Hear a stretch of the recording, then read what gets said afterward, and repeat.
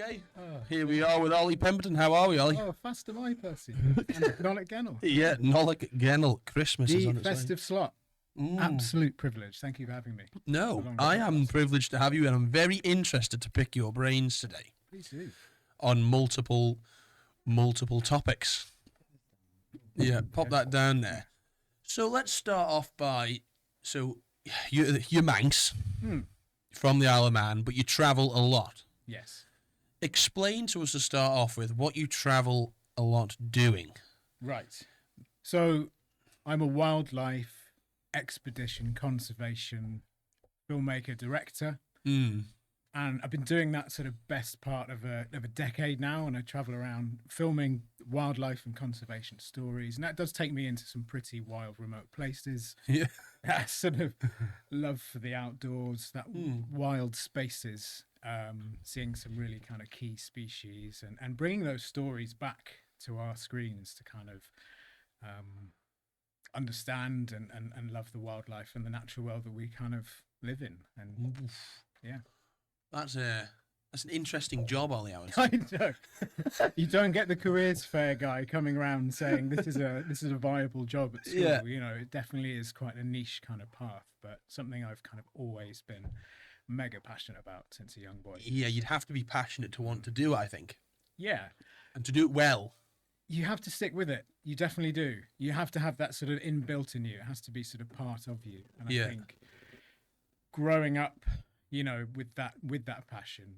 I mean, it's quite sort of standard. The Attenboroughs that you'd watch on the telly as a kid, they had a big impact on me. You'd see the behind the scenes parts. You know, it's quite sort of cliche, I suppose, in my field to say that that's a big impact on you, but it really was. And you'd see these guys in, you know, howling gales and icebergs filming penguins and whatnot. And I, as a young lad, I was like, that is exactly what I want to do. I want to be doing. You knew it from the young age? Absolutely. I sort of knew that from a very, very young age, that I need to be doing that. But then no one tells you how to get into that. So you have to just sort of find your way. But also I would genuinely, definitely say that growing up on the island. Yes. It has the natural world here. It does have it definitely had a profound impact on me. You know, spending time out in the beauty that we have here. There's so much outdoors here, isn't there? On the Isle of Man. It's very, especially 20, 30 years ago. Was it 20 years ago you grew up here, 30 years ago? I'm 40 years old. So 30 years ago, say, it was even more outdoorsy probably than it is now. Yeah, big time. And you could go out and sit, and there wouldn't be a lot going on around some areas. You'd just be you and nature, I'd suppose. Yeah, it's very peaceful. You know, we spent a lot of time pinging back and forth from the UK with Dad's job as a helicopter pilot, and you know, we were pinging back and forward quite a lot. And you kind of notice this difference in calm on the island. It just pulls you. It felt very just wild and great. Really.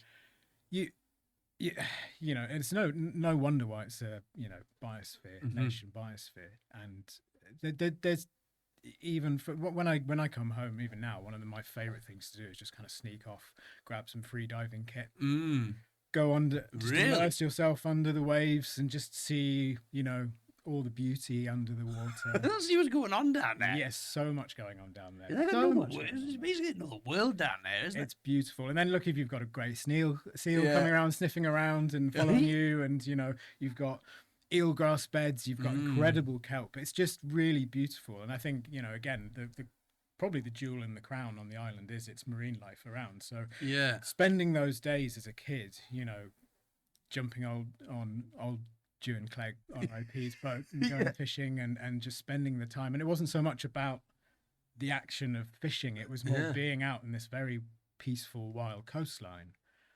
And I would just get so immersed in everything, you know, all the seals, the gannets, everything. There's so much life and it is a special place. Yeah, it definitely had a profound impact. Oh my word, 100%. And when you go off and leave the Isle of Man, you sometimes don't realise what you've got here till it's gone in some ways, in my opinion. And that can go to a lot of people. If you never leave, you think, oh, God, it's a boring place. But likes of yourself who've been everywhere and done things and then come back likes of Christmas or whatever, Absolutely. you're like, oh, this is what I've missed, which is real. It's very difficult to explain. Have you ever came across anywhere that feels similar? I have this probably because it feels similar, but Scotland has that pull, that sort of draw. Yeah. The moorlands, that kind of big, wild feeling to it. But we were chatting obviously before we went on, and it's that strange feeling of the further I go away with work, and I'm in the more remote place, the more of an ambassador you become for the islands. You end up trying to shout about it more, change the perceptions of it. That it's not just a place about TT and tax evasion and all sorts. There is genuine world-class wildlife here that forces you almost to slow down here. Yes. And I love that. And I know lots of people, there's a big culture around Treadler and slowing down and just being part of it. But, the scientific benefits of just slowing down and being part of nature are huge. Oh, enormous. Absolutely enormous. People around the world in different cultures as well, I've only experienced a few, but some cultures do really do live slow. Yeah. And just with nature, don't they? Well, if you break it down, I mean, you've got movement, so you're moving around outside. You're often with fresh air, so you're bringing in fresh air into your lungs. You're going to be slowing down and looking at the detail of wildlife. That's cognitive behavior. So that's actually encouraging. So you're doing all three without even noticing when you're out and about, going through the hedgerows, looking at things, in the trees. And they talk about forest bathing a lot now, but if you break it down into actually those pieces, that's kind of why it's so beneficial. I always encourage people to sort of actually spend. If you're having a bad day, get outside. Yes. Go and spend time outside. Genuinely, even if it's absolutely howling, just go out. Yeah. Have some time. You will feel better. 100%. You might be a bit colder than you were. It's crazy to think about that. Something like that can just make you feel better. It can. Well, it is true, isn't it? It absolutely can. And what's lovely is that our culture here, I think, is a bit more connected to nature than perhaps other parts of the British Isles. I would agree. There's a bit of a feeling there. Yes. Which is special and something that the Isle of Man has to hold on to. I think because that's what makes it different. Yes. Yeah. And it's important that the Isle of Man doesn't try to be something that it's not. And I think, you have to move with the times. However, holding on to that connection with nature and the biosphere that we have here is really extremely important. And did you find that when you were a young fella, you were going out trying to take pictures and videos of things? Like, was that how did that, I want to try and talk about that. How did you mold into that sort of, because I can just picture you being a kid, like, crawling around on the grass, picking worms or whatever. That was my sort of, like, I'd go around picking worms out of stuff and things like that. As a little boy, that's just what I did. Yeah, I can almost sort of hear my mum groaning, going sort of like, oh yeah, he was like, I'd come back with sort of shrimps in jars, have them all over the house, and then I'd fall up the stairs trying to run up with them, fly everywhere.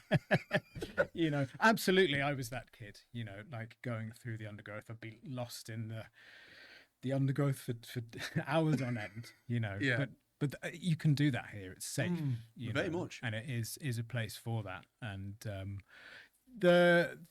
I think the filming side, being a wildlife filmmaker, director, that came later. It's almost like a vehicle to sort of spend more time with the wildlife that I'm so fascinated about.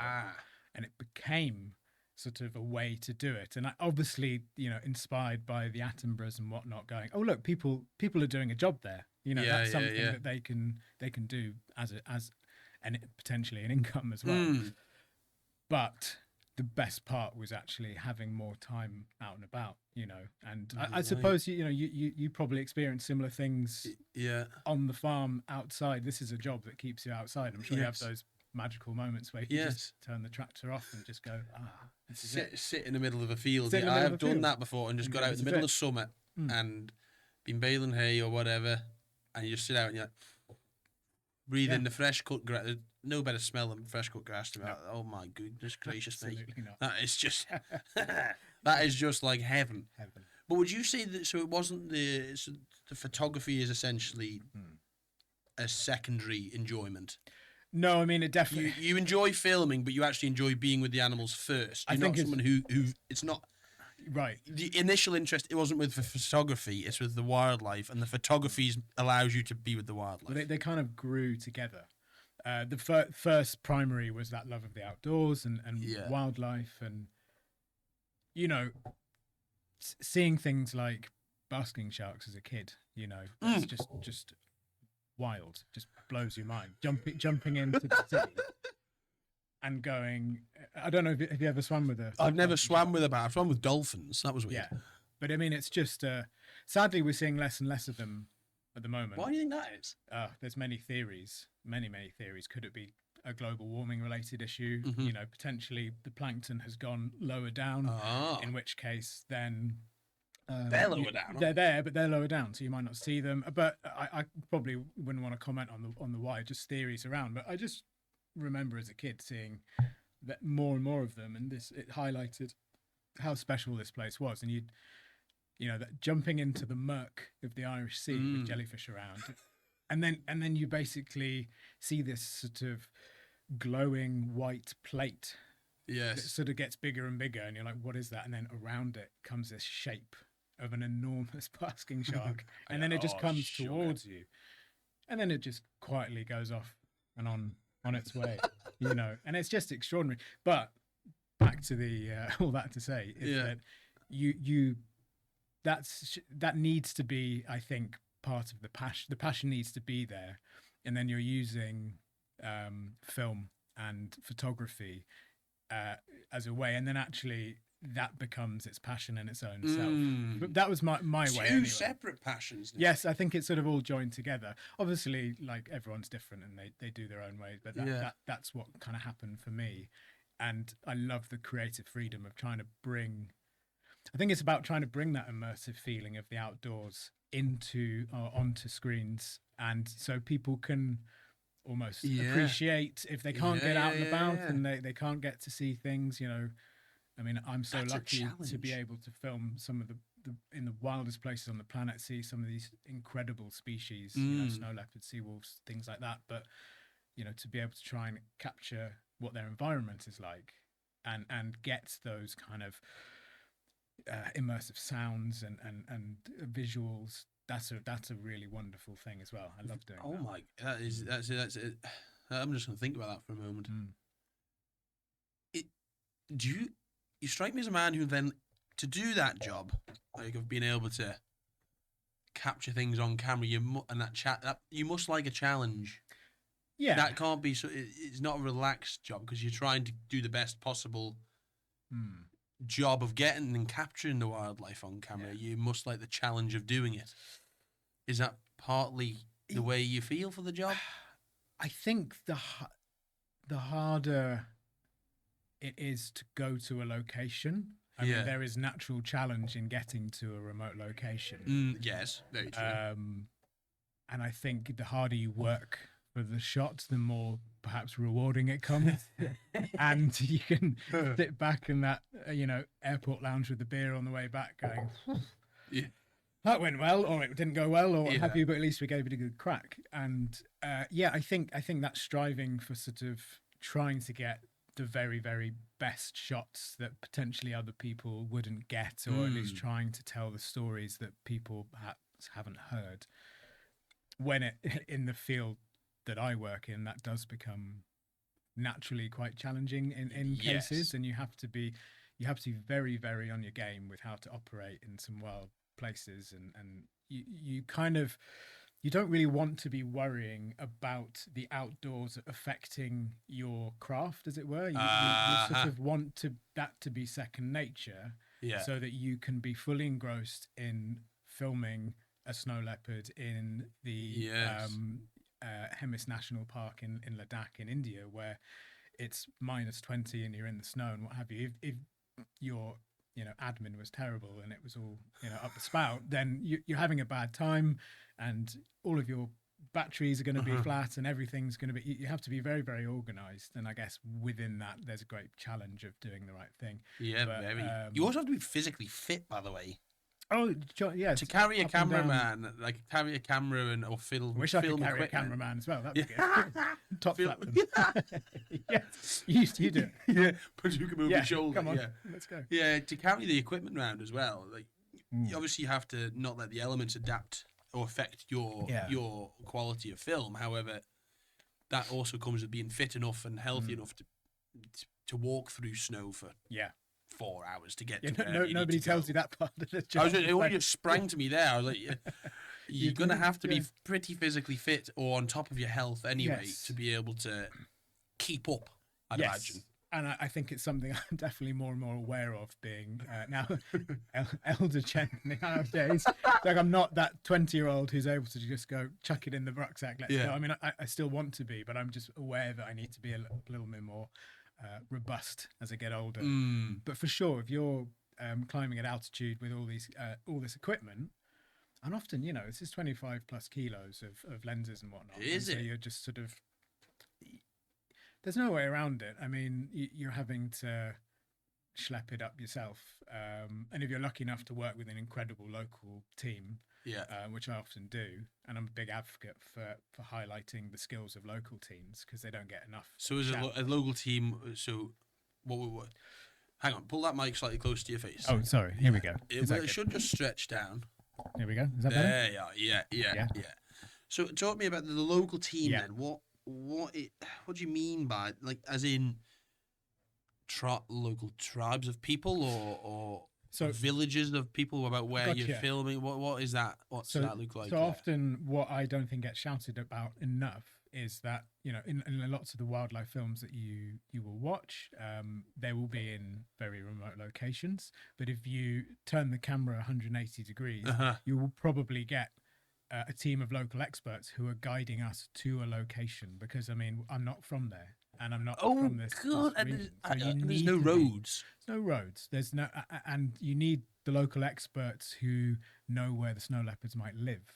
I'm not just sort of a boy from the Isle of Man who knows everything about snow leopards in India. That's wild. You need to be using the very, very best local guides to take you through these areas, and they take you up and show you where they are. And I wouldn't have found these snow leopards had it not been for Tamchov and the boys. So I'm a big believer in give credit where credit's due, and I think we need to shout about these boys a lot more. And sometimes we're a great team together, and we're all kind of mucking in, and we'll kind of carry some tripods and what have you together. So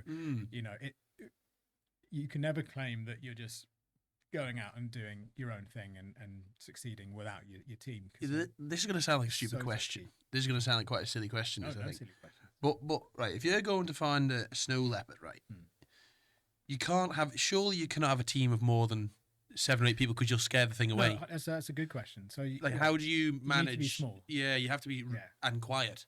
So, and again, that comes down to I don't know. I've never thought about that. Yeah, you can't have a team of. You wouldn't want a big team with you, but absolutely not. Yeah, how does that work? And you need to be comfortable with a small good team, and everyone needs to sort of keep up. And again, you don't want to be the one who lets people down. So you need to be trying not to be flapping, doing all your bags up and things, and they're already going, which is often the case, is that they're always ready, good to go, and you're like, just cleaning the lenses. Come on, wait, I'm coming. But no, often we're all kind of together, going off and succeeding together. So you do need to be good as a small unit. When we did film the snow leopards, this was on the 12th day of trying, and there had been more snow in the region for, I think it was 20 years. How long ago was this, by the way? This was 2000, I think it was just before, a couple of years before COVID. Okay. I think it was. And so not that long, really. Not that long ago. But, we needed to... Yeah, I mean, there'd been so much snow there more than 20 years prior. Really? And so the boys were really liking this because you could follow tracks a bit easier. And you could see, okay, so the blue sheep, which is their predominant source of food, are heading up here. So therefore, we might be luckier to find tracks, what have you, and you're scanning with these huge, great telescopes, you know, for Skeeting across the hills. Yeah, trying to find clues and what have you. And we just had no luck at all. And but they're quite rightly one of the rarest beasts on the planet. So, and I was like, oh yeah, okay, this is frustrating. Why. Frustrating, but you kind of know what you're getting into. So you're there for nearly 2 weeks. So are you camping there? Yes. In the middle of nowhere, or in like a village, or no? We were camping in the valley with our tents, and there was a tiny sort of mountain village. Was it not freezing? Yes, -20. Yeah. So you sleep in with all your batteries in your sleeping bag. It's that's healthy. I know. You try and keep them all warm because what you don't want to be doing, and you know, wildlife is always frustrating because they're always most active at dusk and dawn. Right? Oh, okay, yeah. And so it tends to be when everything's so freaking cold.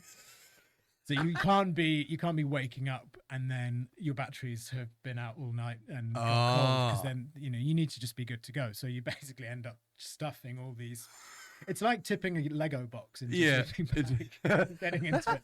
It's is it so the charge doesn't get lost? Yeah, because I mean you lose a lot of juice when things are cold. So the lithium batteries, so they tend to be affected by the cold a bit more. Yeah, I've come up with good solutions of trying to keep them warmer, and that's one of them. And strapping those hand warmer things. Tape on is it kind of works sometimes. Right? So how on earth do you charge them out there? Yeah, so you've got again your like special chargers. Yeah, you can be using solar power. Or, okay. If you're lucky enough to hoof up a small generator, that's another way of doing it. Right, okay. That camp sounds interesting. Yes, it definitely and that's often the way. You have most of the locations, base camps are like that. But yeah, finally, I was packing down. We had kind of finished in my head. We were not. I had a wonderful time. I was spinning everything up, positively, being like, well, look. Beautiful area, got some great shots of this. I've seen great shots of blue sheep. What an adventure! And it keeps, because they're called the ghosts of the Himalayas, Oh, are they? Yeah, and I was like, there we are. That's why. But then just at the last minute, I was packing up. Tamchos is one of the guys, was still scanning, and I was like, don't worry about that. Come and have a cup of tea. Come on, we're done here. And then he was like, I've got one. No, I've got two. And he saw 2 mating pair. Really? Of snow leopards, and that was one of the greatest things that I've ever. And then we started climbing up and sort of hid in an escarpment and filmed them from the other side. It was unbelievable. So why were you there? So were you there? So was it like a documentary? The reason that you were there, you were filming. Someone was in front of the camera, and you were filming them talking about the snow leopards. A little bit. Or is it one of those where they voice over the snow leopards? Yeah, there was some local guides who were explaining about the area a bit more, and then this was more a documentary about what it's like to find snow leopards. And okay. Actually, to be honest, for me, the ending was, initially I'd spun it now of like, well, it's really hard and you're not going to find them, but we did, and it was great. But it just goes to show, like, you do really have to strap in with committing to trying to find these beasts, and it's never, so you have to know that this might not work. Hold on to your hats and go for it. That's the joy with wildlife film, or the frustration is that you just cannot say that, as much as you'd like to say, I'm going to find them. Yes. You just have to be, you have to have adapted. You have to be okay with quick change, and, be adaptable with conditions and issues with kit, endless issues with kit. And what were the issues with, so you got the issues in the cold. Yes. What was the issues in the heat with your job? Is it like you say if you're in the middle of Africa? Well, I mean, growing up in the middle of the Irish Sea, personally, I'm more adapted to the cooler side of things, I would say. So personally, it's not my natural habitat. And when you're in somewhere like the Peruvian Amazon, and you're doing an expedition down there for it's smoking hot. Oh my goodness, yeah. How hot would it be there? Oh, it's more the humidity. That's so sweating your ring piece off. Oh, absolutely. My God. You're paddling down, in a canoe. And, you have to just accept that everything's going to be wet at all times. You're just sweating all the time. Add on to that everything wants to kill you. And bite you. Yes. So you're just sort of sweating away, and you're paddling. And everything's you have to be so hydrated. And wet. You have to be, you're sweating buckets. And so, like, I find it harder to operate in the heat than I do in the cold, just because that's so bizarre. So your energy gets sapped so quickly. But on the flip side, it's such a magical place. The Amazon is just life, just abound. You know, it's just noise and color. You have, you know, this lush verdant green with like iridescent blue just flying in and out. It's like a sort of big trip, you know. Yeah, weird old mission going on there. Yes, absolutely. That's a weird old. That's all. But you know the amount of people who probably haven't realised whether they work better in extreme heat or extreme cold. I would only say there's a small percentage of people who actually know which they work better, and I wouldn't know whether it was extreme heat or extreme cold. Yeah. Do batteries like heat? Yes. Like so in the Amazon, you don't have problems with your batteries as a videographer. Less problem with your batteries. You have to be careful with. It's a rainforest for a reason, so things get wet. So you have to be very good with your dry bags. Everything needs to be dry bagged nicely. I would say the biggest problem with filming wildlife in somewhere like a rainforest is if you're popping your camera back in and out of your bag, you get sort of quite fogged up condensation onto your lenses, and you'll have the key moment and everything's steamed up, and you're so and you think you're on top of it, and then you're not, and then you know. But I think it's that learn by do and make mistakes, and you know, get out there. And I don't know anyone in the craft who hasn't got their own. They might keep it quiet, but everyone's had their own stories of, you know, kit malfunctions or like, you know, just learning how to adapt and be better in environments. But where did you learn that? Like how did you learn to be the video? How did you learn to do what you do? If that makes sense. Did you have to go off to university and study about cameras first, or did you say, right, I'm going to be a young fella here and go out on these missions with people and have a go and learn on the job? How does that? I wouldn't have a clue how that starts. Absolutely, and I had that, you know, same issue leaving university, going, right, I still want to do this thing, but no one's told me how. Yes, there is no guidebook to this, and you have all that sort of all the energy of youth going like, but it'll work out, and I'm like that, and so you're like, hooray, have a go. And then, you know, you start messaging people like Nat Geo being like, of course you want me. And then they're like, oh, I haven't heard back from them. Oh, I'll just message to say, oh, I haven't heard anything. So then you're really like, okay, I need to make a plan.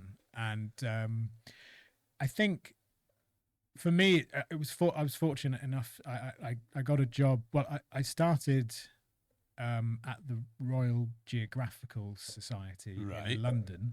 So I was sort of helping them set up expeditions. And I was just, you know, running around in the office doing bits and bobs. Oh, really?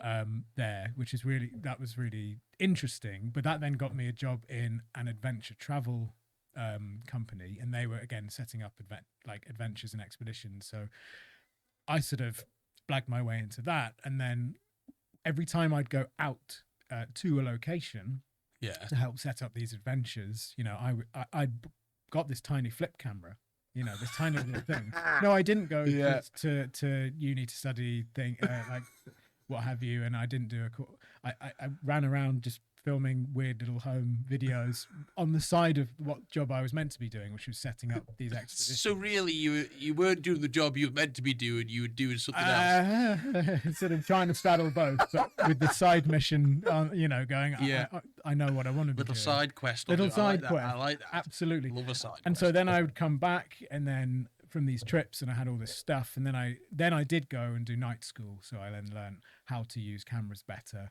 So I'd finish my 9 to 5, and then I would go and do night school and learn how to do. At what age would that have been then? That would have been like early-ish 20s. Okay. You know, 23, 24 sort of time. And then I was realizing that I was not as good as I could have been with the outdoor side of things. I needed to be better, as we were talking about, being more efficient in the outdoors, so it can be second nature.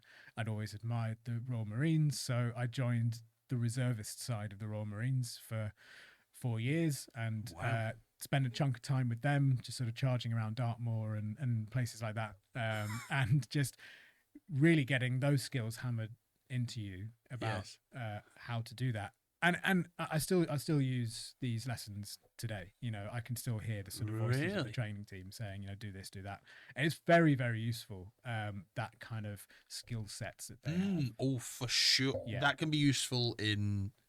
I can imagine. I can imagine that be useful in all different types of ways. Yeah, yeah. In absolutely. most ways of your life, you probably have used something to do with that. Yeah, I mean, I'm fortunate again enough that Yeah. you know the stuff that I do does put me in these quite odd situations. where Extreme It situations. would be useful to acquire such skills, and Yes. again, weirdly, you know, I'm sort of open to say it. When I was doing the Marines, it was less about, for me anyway, the soldiering side, and it was more understanding again that natural world, like being more time in it. Yes, how to survive it. How do I get into it more? You know, and I had that, and you know, yes, it was absolutely nuts, and it's an experience, but yeah, I think you sort of come away with those skills. Right. So and, you were it's very basically useful. fueling your arsenal. You're fueling Yeah, yourself ready to try Yeah. and prepare for something you didn't really know where it was going to be. I think But so. you weren't going to be in that position unless you were prepared. Exactly, and the good thing about, you know, the Marines is obviously that they're units that'll cover most environments, so they'll be talking about what it's like in snow, what it's like in Yes. what it's like in this, that, and the other, and so you just get snippets and bits and bobs. But yeah, no, I mean, I this was my way of I guess finding a direction to get into this industry, and there are many ways to skin a cat, I suppose, but Especially in the area that you're doing, yeah. but that's the one that I guess worked for me, and I started then working alongside this charitable arm of the expedition company that I was working for, and they were doing they operated with a lot of incredible organizations in, say, Africa or in India, which is more wildlife based, so they were sort of the trips that they ran, a percentage of which would go to help these organizations and trips. So I was fortunate enough to get a gig with them where I was telling those stories rather than the sort of expedition side. Yes. And then it really switched, because then I was talking about the wildlife and being able to film, you know, extraordinary creatures around the world, and that was done on a kind of paycheck where you're able to sort of make your mistakes, and there was less. The sort of pressure was off a little bit. That's important, to be allowed to make the mistakes, isn't it? I think so. You know, freedom the freedom to learn. and they were brilliant.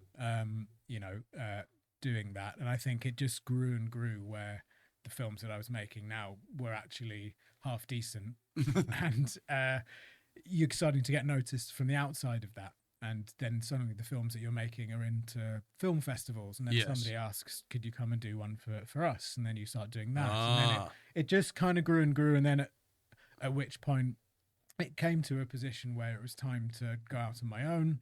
And I set up Four Horn Productions, obviously. Nod to shout out to that Homeland, you know. So yeah. Four Horn. Okay. there we are. With the old Lockton sheep. That's it. Yep. So Four Horn Productions is essentially what you work under.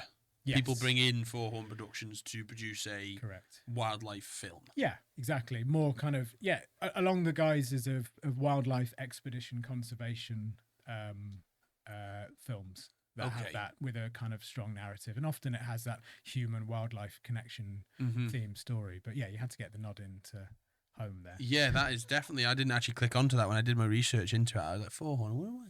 Maybe it's just so natural. Yeah. Like, I know what that is. Yeah, I know exactly. Yeah. So when people met, Although those who aren't from the island, I've had quite funny. Why things. Four Horn? Yes, and also if you're into areas, which I have been, where perhaps they're a little more religious than others, perhaps in the, you know, Catholic side of things, and you're turning up with 4 horned sheep on your head. They're like, start to do some signage and you know, go, why the, you know, El Diablo, and you're like, no, it's nothing wild going on here. This is just the sheep back home. And they go, but you find you're having to explain yourself. Yeah, and then he talked about the Isle of Man somewhere in completely remote. Yeah, that's very bizarre. I hadn't actually thought about it like that. So you have to do so you have does that mean you have your own team for Four-Horn, or are you a type of person who will say, right, we'll do it, but we'll bring in, he's good, we'll all do it together, or is it? Yeah, pretty you've much got that. yes. I think that's So the I've best got- way to do it. Exactly. I've kind of like built up over the years kind of people I would trust and work with. And, you know, sometimes the job is actually just me and a local team, and off we go. Is it? And small, because sometimes the provisions aren't enough. Well, you can't be cater having for- 20 people in a canoe. No, exactly. So the team, when we did the Amazon expedition, you know, there was only two or three of us and then 3 lads from the Tamshiako to Were you scared? No, very excited. It's very excited, excited. but scared. If me and Herb went to the middle of the Amazon, I'd be like, how are we gonna survive this? I don't know. You tune off that head. You sort of have to. I think. I did not. There was a brief moment where I'd put up the drone to get a kind of evening shot of because you could see the lights coming through the trees, and you're like, "Oh wow, this is great. Let's send the drone up." It's the only way to see where you are. Yeah, and see, like, get context in just endless green, because otherwise you're just in trees all the time. So Lost. up it goes. Yeah. Well, luckily we weren't. We were with the local guys, but if I wasn't with them, you would be lost. But I put it up, and that was the one time where I realized, wow, we are so, because I did a 360, and it was just green, green. As far as the eye could see, you're not. If you're getting lost there, you're never being found. Ever. You know, really? No, like genuinely, absolutely, genuinely. If everyone just decided to leave you there, you're just staying there. Seriously? Yeah. Well, absolutely. what? So how do the people who know where they're going know where they're going? Because we've got roads to know where we're going. Yeah. And if I was in there, I'd be asking them if they could speaking or a translator. What are they looking? I was watching this thing the other day about people like trackers in that sort of area. They can just notice things that we wouldn't even come across. Yeah. But what sort of, when you're in the middle of the Amazon, what are they looking at that you're not looking at about how they're going, where they're going? Well, that's it. You know, and that is just Is that built in? It's built GPS. in. That is that connection to the forest. You know, again, this comes back to there are still places on this planet where that connection still lives. You know, like they're spending their entire lives in a forest environment, and they're picking up signs of the most minute detail. And there is now a school of thought of indigenous wisdom needs to be kind of treated as its own science, as well as, you know, you have Western science. Yeah.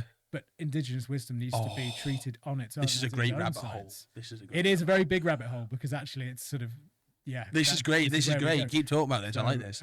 Otherwise, you have to keep me on track, otherwise I'll go off into a rabbit hole. But the two coming together, you know, there is now a school of thought that this is actually perhaps the way conservation should be going, and it creates its own superpower where if you combine the two, Yes.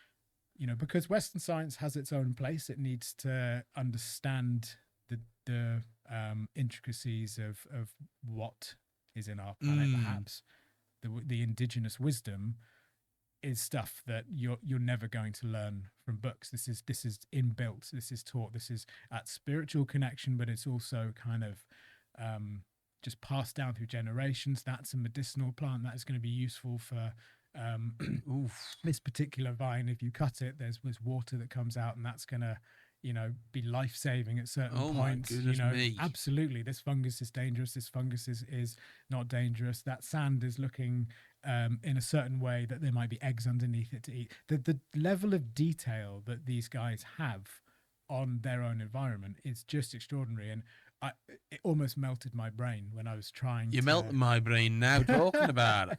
And you're just following them, and just like a tiny child trying to soak in as much as possible from these guys, and you just realize how out of your depth you are. And I'll give you a quick example. My brain's hit. Sorry. We can. No, I'm just thinking. Right, see, if I was following someone like that, I would be so. You know, you've sat in the middle of London with a beer outside of a pub and just watched people. Well, that's an environment that's scary in itself. Very. Very. I'd But be- I yeah. would just be watching and trying to People work watching. out Yeah. people watching how they do that. Yeah, yeah. We're just moving around London. Just, you mean? Yeah. but a similar thing, but moving in the forest. Yeah, yeah, yeah, yeah. Because I would get lost in Arch Alligan Plantation. Well, that's a dream. But I could get lost in there because it all looks the same. Yeah, no, I mean, absolutely, and that's exactly what happens. And I'll give you a good Give us this example, is yeah. that we were probably 10 days into this expedition, and I was feeling more comfortable, getting a bit like, yeah, maybe me and the jungle are one of the same, all this kind of nonsense. You're gonna move here. Yeah. Oh, yes, I'm Mowgli. I'm part of it, all this stuff, and then you realize, no way. There was a particular tree that had this is where the filmmaker kicks in, is that the light hits the tree in a certain way, and then I was like, okay guys, I know we're on the move, but I'm really just going to get a quick 360 of this beautiful huge great big tree. I'll keep up, I'll get going, and what have you. Yeah. They were like, oh well, he seems to know what he's doing now, he says all these things, and he seems comfortable, and okay, we trust him to catch up. Yeah. And so I filmed this tree, and I thought, okay, great, yeah, I can see the footprints going through the leaves, that's great, that's the way we go. Packed away, and within seconds you go, okay, well, the footprints have gone now. That's fine, because nope, that tree's not. No, okay, well, if I go back to the tree that I came from, at least okay, no, I can't find it, and it's just everything looks the same. And suddenly you realize, holy moly, I am lost. And within 2 seconds, because it's just so thick. And you can't Really? every tree looks the same. And so, yeah, luckily You were lost. Oh, yeah. And I just shouted out, guys, hello. And it's why you always have to have a whistle in the jungle. Really? Luckily, I didn't blow it. That's, you don't want to be, then you're admitting real defeat. But I was Oh, like, yeah? hello. And Oh, luckily, they really? were very close. So it was They actually were like, really close. really yeah? close, really, really close. And you couldn't see them. No. How far away? Like, But it's 100 meters away? and I wasn't worried because I knew everyone was very, very close. But it just gave that was my first experience of knowing like how wild and sort of difficult to work around this place was. Moment of realization. Yes, I like to would call say that. so. And it's very, very cool that there are still places on our planet that offer this wildness, this kind of pristineness to it. This was a primary rainforest. This hadn't been tampered with, and you have individuals who are so connected to it that they can float through this rainforest like ghosts almost. Really? It's extraordinary. And then you bring it back Holy. to our society. The Isle of Man Yes. is actually, I'm very proud of it because of how, being a nation biosphere and being connected to, our culture does lean towards that way a bit more. Having spent a lot of time in the UK, having spent a lot of time sort of in the British Isles, Mm-hmm. you notice that, and you see such extremes. You go to places like that, and you come back, and you see how, and it's sad because the British Isles are sadly within the bottom 8% on the planet of natural habitat degradation. So what that means is they've lost that original like primary habitat. 8% bottom, so it's not great. The British Isles bottom of the list, essentially. bottom of the list. Bottom 8% is the bottom of the Yes, list. we're pretty bottom of the list, and it's pretty sad. And you can see that with it. But I do think we're getting better. I do think people are taking note. I think people are doing incredible things. Yes. And again, that's why, living in the UK and you come back here, I am so proud of seeing these great Manx Wildlife Trust. For sure. The For sure. Biosphere, Yeah, that's really Manx important. BirdLife, it's just extraordinary organizations doing great things. But you just notice that contrast in the job that you do, and you just sort of the lessons you learn, and you just kind of want to impart that to people who've kind of almost lost it, that connection.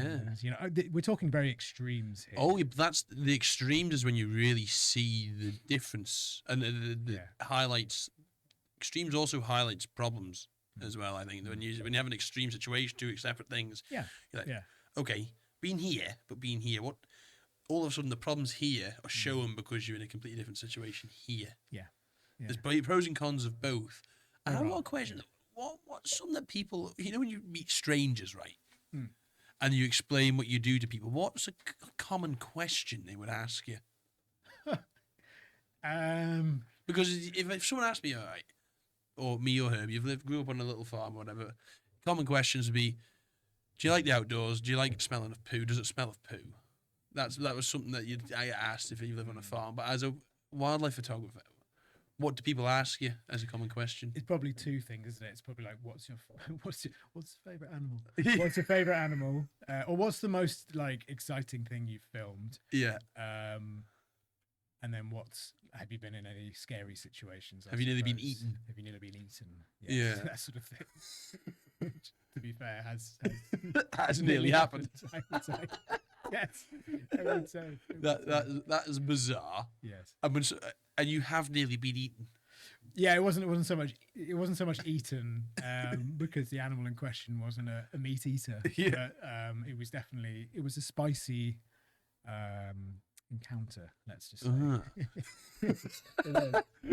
A twitchy bum moment. Yes. How on the scale of twitchy bum then? What was the scale? How was it out of pulsating? 10? Yeah. Out of 10, where were you on that scale? 10 being the worst, one being just winking. Yeah, just 10 is like a flashing light on the top of a police car. I would say we're on a 9.5 territory. Really? Oh, Yeah. So the animal was hot skipping yes, on you. yes. It was close. Yeah. No, so give more context to that. So Rather than just a twitchy bum that was going up. We were filming a documentary, the Okavango Delta, which is in Botswana, Africa. Yes. Okay. Yes. So it's the biggest inland delta on the planet. It's Right. absolutely huge. Delta meaning? Delta meaning when a river system sort of comes to an end of its journey. Okay. You have this sort of area of floodland and sort of spill. Where the river just fans out. Yeah, fans out. But Like this is wetlands. Yes, and it creates incredible wetlands, a delta, where Okay. sort With of you. before it goes off into its final moments, it's got this big sort of wetland area, and the Okavango Delta. Often deltas will happen, perhaps out to sea, but the Okavango comes into the Kalahari Desert. So you've got this enormous desert, and the river Okavango that starts up in Angola will come down, and its sort of life will end in the Kalahari. But what happens is it creates this massive, massive oasis. It's huge, huge. Yeah. And within that, all the animals that live in that area will converge into this wetland area. Yeah, they're thirsty. They're thirsty. They're very thirsty. They get to socialize. They get to hang out. And it happens cyclically. This is something that it's not always there. The river will flood from the rainy season in Angola, and it will come down and it'll flood, and it'll bring the annual change to the area. And you were in the middle of it. So I was in the middle of it. People live in the middle of it. They grow up in that area. They will operate around a wetland area in these dugout canoes called makoros, where they're basically like a Venetian polo. Yes. They're going to be going around like that. So, yeah. Both sides or one side? Oh, but they'll have one big stick called an nkashi, which is this huge, great big 8-foot Really? stick. But they'll be polling themselves around. Yeah, it's amazing. So these guys, again, second to none. This was to sort of this film was to highlight again people's connections to wild spaces, and here you have communities, the Baye, the communities are known as. They live in these environments all the time. They work in them. They'll help guide people, wildlife enthusiasts who come for wildlife trips. They'll be taking them around the Okavango Delta. Our goal was to traverse the entire thing. So it's kind of 250 kilometers from the north to the south, from the Panhandle to the Buffalo Fence, which is where the discernible end of the delta, which stops wild to the towns below. Mm. So we were to take a small team of the Baye Polars, myself and a adventurer called Aldo Kane. We went to the starting point of this panhandle, and we traversed the entire thing in these traditional Mokoro canoes, filming the skills that these guys have learned to operate in these areas. Aha. Okay, I'm with you. Right. I'm so with that's kind of like the reason why. the long-winded why. I'm with you. What happens. So, you know, and again, it comes into the similar, like we were talking about with the guys in the Amazon. It comes down to details. Yes. Tiny, tiny details in such a big, vast area. In the Okavango Delta, talking about that convergence of wildlife, it has some of the densest populations of hippos and crocs. Being a place. Yeah, I'm not a fan of that, mate. Yeah, I'm not a fan of crocodiles, mate. I love them as wildlife. You know, I think they are just fascinating. I don't. But I do, but I don't. But no, they are. I'm with you. They're quite terrifying. You know, it's the crocs are the ones that are less. It's the hippos are the worrying ones, because you're in their environment. You know, and they get very grumpy, and they're very territorial. And the males will show off to the females, and you know, and the females will have young calves, and they are huge. You know, they're like giant submarines with tiny legs and they can run up to sort of 40 miles an hour if they need to. They can really Flat charge. out. And then they're great in the water, and they have these enormous ivory tusks that in their mouth. Anyway, so we'll be going through, and again, you know, without the local teams, I'd probably be toast in half a day. But they know how to navigate around these hippos. It's crucial. Yes. And so here's a bit of sort of hippo to take forth with you. My Christmas gift thank you. is how to operate around hippos, which I'm sure tomorrow when you're plowing the fields. I'll really need to know. Now he did tell me. Silverdale Glen, there's a hippo. Yeah, exactly.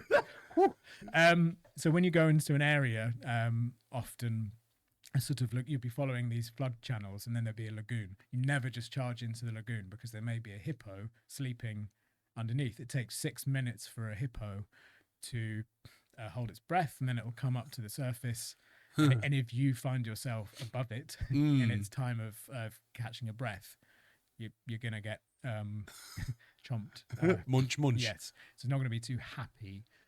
So we would take the time, every time you go, and you have to be looking for little bubbles, you know, tiny, tiny little bubbles. And it's very difficult in an area with reed lands that are kind of creating their own oxygen. So you know, these bubbles are coming up from the vegetation. There's a specific bubble that means hippo, and I could not for the life of me understand the difference between the two, but the local guys can. Yes. So they're like, no, we're okay, let's go. No, we stop there. That bubble means hippo. And I would think I'd try and play the game and be like, that's obviously a hippo, isn't it? That's practice like, farting in the bath, couldn't you? Yeah. There you go. Nobody told me to do that. Yeah, there you are. That's my advice for people ever to go to Okavango. Just practice in the bath. So you'd be picking your way through, and I'd be like, that's a hippo? No, that's a hippo. No, that. And then at the end of it, I just gave up. We did have an area that was really heavily populated, and it was a very spicy day. And I remember being absolutely exhausted because we just spent we were going so slowly, you know, inch by inch, going through this area, you know, covering half a kilometer. Oh like my a whole God. day, just going like, oh. We thought we were through the worst of it, and then this particular bull hippo, we marked him quite early on. He was following us a bit, being very territorial, but he wasn't being too aggressive, and he would just pop up, and they would just point him out, go, there he is. So we just followed him along. We kind of got used to him, and then he disappeared, and we thought, well, that's the end of him. That's great. So we carried on our merry way. Yes. And I got back into the routine that I had been doing, which was like I was on the filming Mokoro, so I'd be going around, you know, sort of leapfrogging the guys, filming them from the side, doop, doop, doop, going like that. And then I went back to the back, and out of nowhere, he appeared right next to my Mokoro. Oh boy! His face was there, and that's a big old head. It's a big old head, and you can smell his breath, as it were. Really? Yeah. And he did, you know, sort of, have you seen in like in theme parks where like an animatronic shark might come out of down. He did a mock charge, and so like the guy was like, get out, and you jump out, and as Into the water. no, well you're always going to be give me a shiver here. You're going to be poling in shallows in the Okavango, so it's not deep. You're never going to be, as the local guy said, never go in the dark water because that means it's deep. So you're always going. You can see the reeds. So when you jump, you're up to your waist, sort of thing. Right, and there's no crocodiles in there. Yeah, and the sort of there is crocodiles now. There's no crocodiles in there. There are crocodiles. Oh hell no! But in the deeper water. Eat me, hippo. So again, you are spending your making sure that you're doing what the local guy said. And when we set off, they said the standard operating procedures for a hippo lurch is going to be when you jump out. You push the canoe all very calmly. You jump out and you push the canoe into its mouth, and off you go. And I was like, just filing that away into my, filing system, being like, filing that away into the folder of hopefully never having to do that in my life. Yeah, out the road. But we did, and we jumped out, and the John, the one of the bipolars who I was with, did all this. I was sort of in my sort of cameraman flat mode of like grab the camera, jump out, and sort of hold it above my head and run away. Luckily, he was just being territorial. He was doing a mock charge. The signs, they weren't hugely worried, but it was still enough. I mean, certainly for me, that was like enough to. Oh boy, Moto doesn't like you. So, yeah. A hungry hippo. Yeah. And then we sort of carried on, and I remember us all getting to because you camp on these islands in the Okavango, these beautiful islands, and you can't, because it's these flood areas, and I can't begin to sort of say how beautiful and like wild these places are. But I remember just settling down, getting the campfire, and we all just sat there and just went, that was the day. Long day, yeah. Sat there just like, oh boy. Yeah. So that's your hippo story. That's my hippo. I think that's story. the closest you've been to death. Yeah, I would. Yeah, well, or a sore foot. I would say closest to seeing something that could cause a lot of damage if it wanted to. You know what I mean?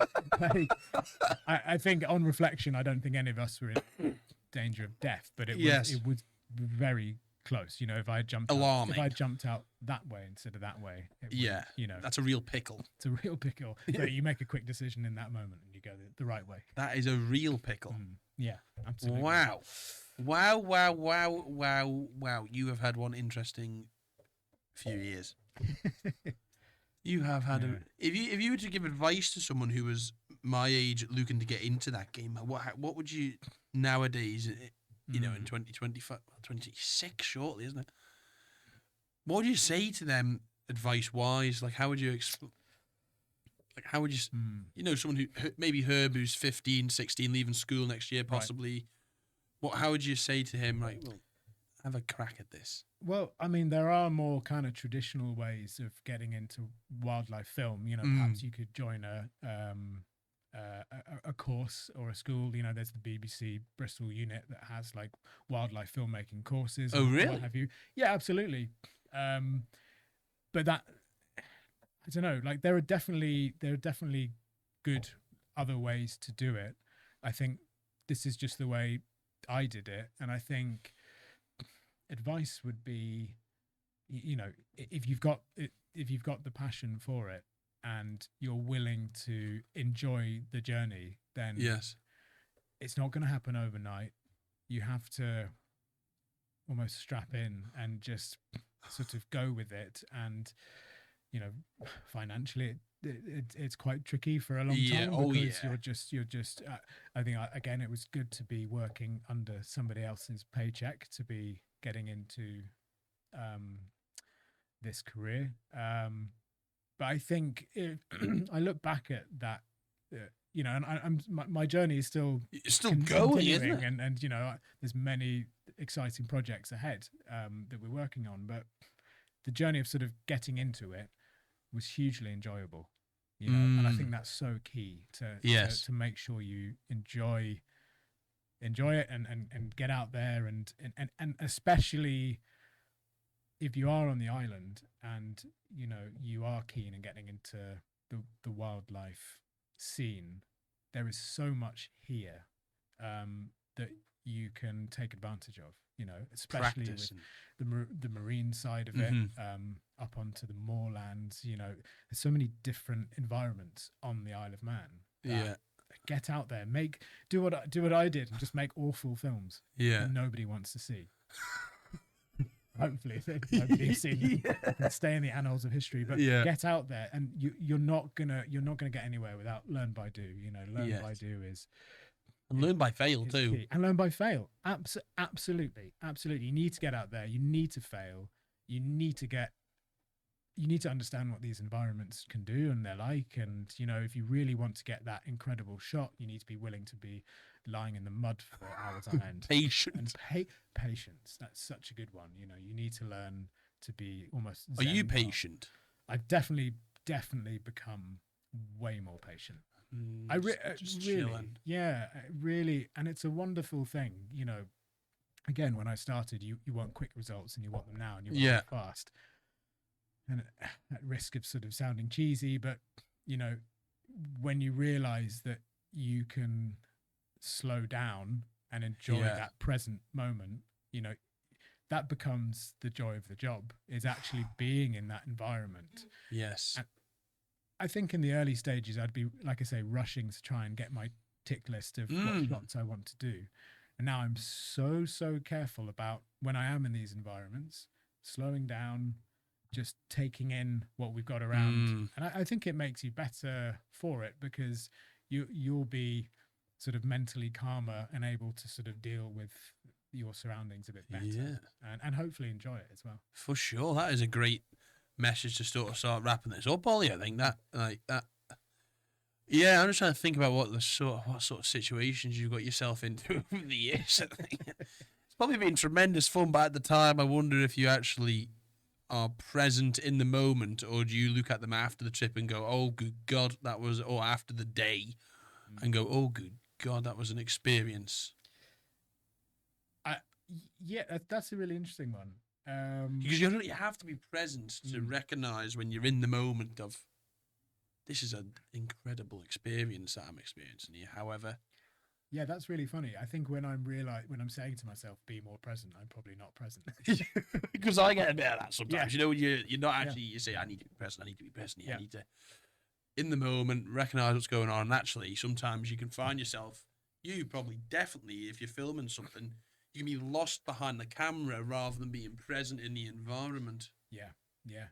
I think it comes, especially on expedition shoots, you know, for me, there's this sort of 2 or 3 day, like, grace almost to give myself. Like, you're in a new place. And, everything's alien, and you've got that kind of, again, tick list of what you need to achieve because you're in work mode now. And it's like, let's go. And, you know, you're barely sleeping because you want to film everything. And it's almost like 3 days in, you start to get the rhythm of your area. You start to recognize similar sounds. You start to be like, in the dawn chorus, you've got this wildlife saying these things, and then in the evening they're doing this, and then the temperature's doing this, and you start to slowly become more in tune with.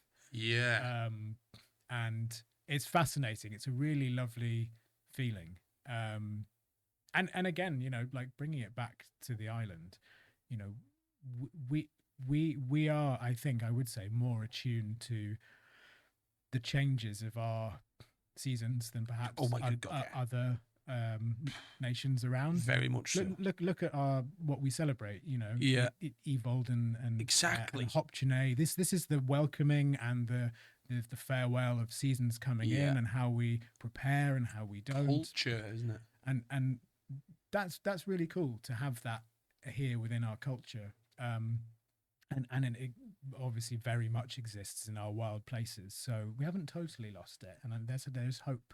And we will hold on to it. And we will hold on to it. Thank you very much, Olly. We do have one final question for you before we leave. And it is Isle of Man related, so I'm glad we did touch back on the Isle of Man there at the end. And I'm interested actually to see what your answer to it is. And it's, if you could change or improve one thing about the Isle of Man, what would it be and why? And we've asked everyone this because we think it's very positive for people to hear different opinions? That's a really good question. It's sort of maybe twofold. Oh, here we go. I don't know. I don't know. Here we go.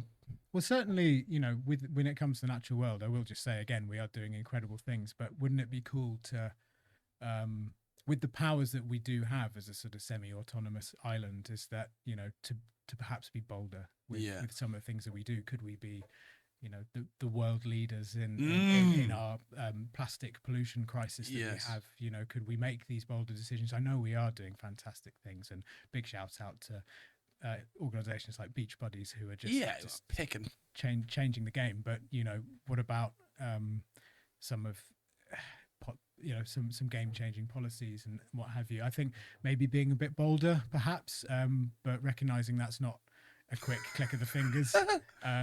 But yeah, I love that we can be pretty bold here, and we can do that. Headstrong as well. Yeah. And then on a just sort of more something I've seen, I'd love to change on the island. It's perhaps not to change here, but like when I'm out and about outside of the island, it's changing that sort of perception of what the island is. And I try and do the very best I can to make it not the island of just motorbikes for two weeks of the year. Yes. And, you know, this place for tax haven individuals. I would love to not have to go through a half an hour monologue of why the island is more than that, and almost sort of bore the pants off people doing that in that process. I would love it to just be known for that. And I know it is to some degree, but it's extraordinary how even in the UK, you know, you'd think there'd be more. And we know what we're doing. Yeah, no one said that. No one said about perception of the Isle of Man, what people perceive of it. That's interesting. Yeah, again, it probably comes back down to that thing I was saying of like the further you are away from it, the more of an ambassador you are, and the more you pick into what other people's perceptions of the island are. Yeah, and you've probably heard so many perceptions in your life as well. You're becoming and it sort of bubbles away inside, being you're so passionate about, you know what it is, and you know what it can be and what it can do, and extraordinary things that are happening on this island right now.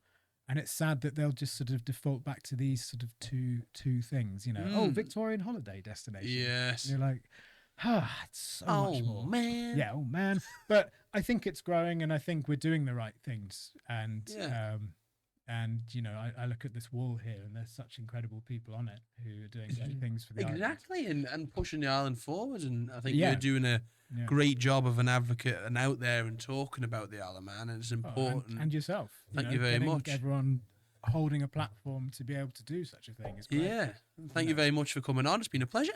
Absolute pleasure. Mega. That was so good. Thank you very much.